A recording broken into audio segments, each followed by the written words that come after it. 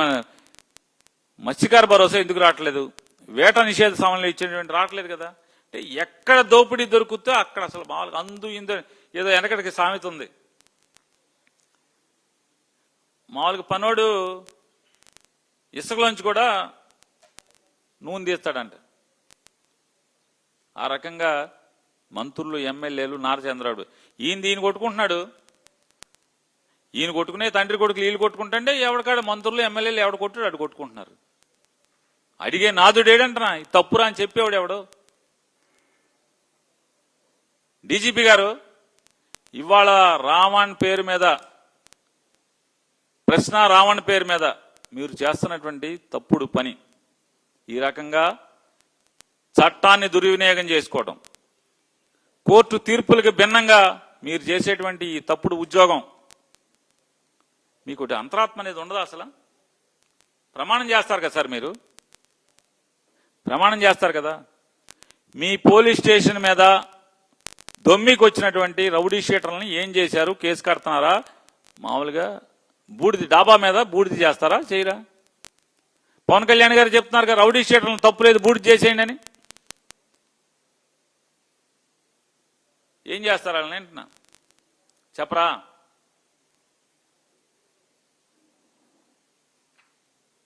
నాగరాజుని జైల్లో వేసేస్తే సరిపోద్దా? మేము అడిగామని ఇంకొక 6 కానిస్టేబుల్స్ 5 కానిస్టేబుల్స్ వేసేస్తే సరిపోద్దా?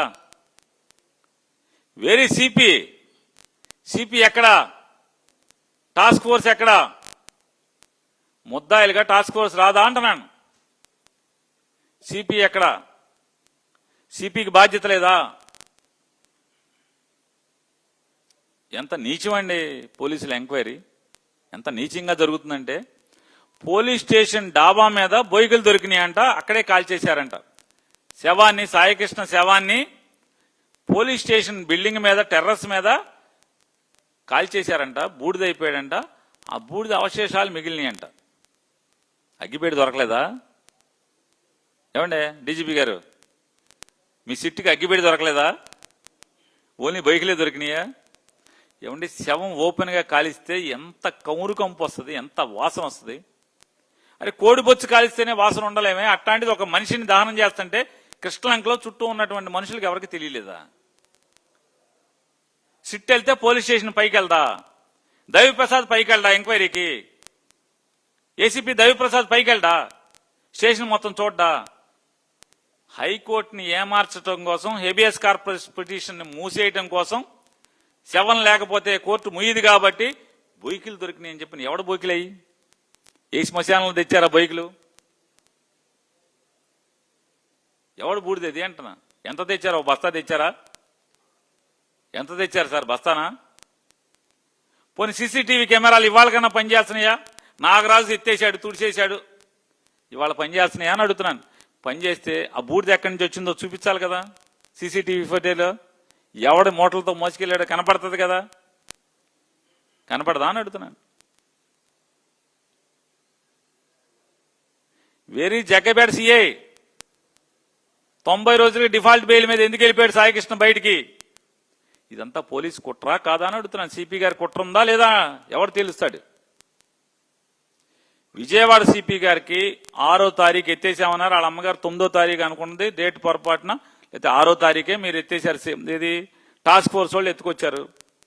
టాస్క్ ఫోర్స్ వాళ్ళు ఎత్తుకొస్తే మరి అక్కడ పోలీస్ స్టేషన్లో ఇంటిమేట్ చేశారా? లేదా మ్యాజిస్ట్రేట్ దగ్గర ఇంటిమేట్ చేశారా? మేము ముద్దాయిని అరెస్ట్ చేశామని చెప్పరా?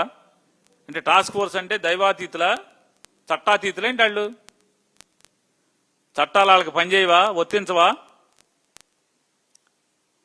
24 గంటలైనా అప్పచెప్పకపోతే సిపి పట్టించుకోడా? తల్లి సిపికి పిటిషన్ ఇచ్చింది మే 28వ తారీఖున. ఏం చేశాడని అడుగుతున్నాను. మరి సిపి ఎందుకు రావట్లేదు ముద్దాయిగా? లాకప్ సెల్ చెక్ చేయాల్సినటువంటి ACP bounded duty, assistant commissioner of police, ఆ జోన్కు ఉన్నటువంటి assistant commissioner of police bounded duty, లాకప్లో ఉన్నటువంటి ఎవరెవరున్నారు రోజు ఆయన చెక్ చేసుకోవాలి, చూసుకోవాలి. మరి సీసీటీవీ పనిచేయట్లేదు అంటున్నారు. ఏసీపీ పాత్ర ఏది? ఏసీపీని ఎందుకు ఫిక్స్ చేయలేదు? సిపిని ఎందుకు ఫిక్స్ చేయలేదు? టాస్క్ ఫోర్స్ని ఎందుకు ఫిక్స్ చేయలేదు ఇంతవరకు? నారా చంద్రబాబు నాయుడు గారు సిగ్గుపడాలి మీరు.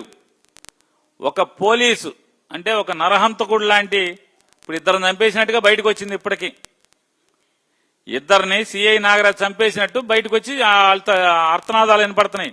ఆ కుటుంబం ఏడుస్తుంది. ఇద్దరిని చంపేసినోడు, బూడిది చేసినోడు, శవం కనపడకుండా బూడిది కూడా కనపడకుండా చేసినోడు భయపడుతున్నాడు.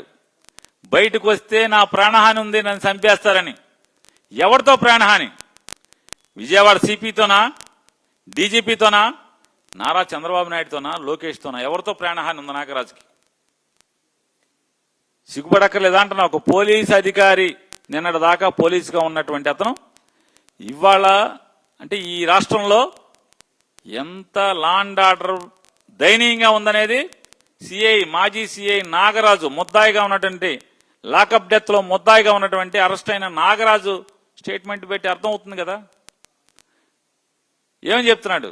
ఈ రాష్ట్రంలో నా ప్రాణానికి హాని ఉంది, నన్ను బయటకు వదలబాకండి, వెళ్తే చంపేస్తారని చెప్పని సిఐ నాగరాజు చెప్తున్నాడంటే ఈ రాష్ట్రం ఎంత దిక్కుమాలితనంగా మీరు పరిపాలిస్తున్నారు. లా అండ్ ఆర్డర్ని ఎంత గాలి వదిలేసి విచ్చలవిడిగా మీ పాపాలకు వాడుకుంటున్నారు. నేను అడుగుతున్నా, నారా చంద్రబాబు నాయుడే కాదు, ఈ రాష్ట్రంలో విఘ్నులందరినీ కూడా అడుగుతున్నా, ఈ సమాజ హితం కోరేటువంటి పౌరులను అడుగుతున్నా. పోలీసులు ఇంత చెడిపోతే, పోలీసులు ఇంత దిగజారిపోతే, పోలీసులు వాళ్ళ ఉద్యోగాన్ని విస్మరించి ఈ రకంగా అడ్డగోలుగా చంద్రబాబు నాయుడికి తొత్తులుగా మారితే, అధికార పార్టీకి తొత్తులుగా మారితే సమాజం ఎక్కడికి తీసుకెళ్తున్నాడు నారా చంద్రబాబు నాయుడు? రేపు పోలీస్ అంటే భయపడేవాడు ఎవడో? పోలీస్ అంటే భయపడేవాడు ఎవడు రేపు పొద్దున? క్రిమినల్స్ రాజ్యం వెళ్తున్నారు కదా ఇవాళ.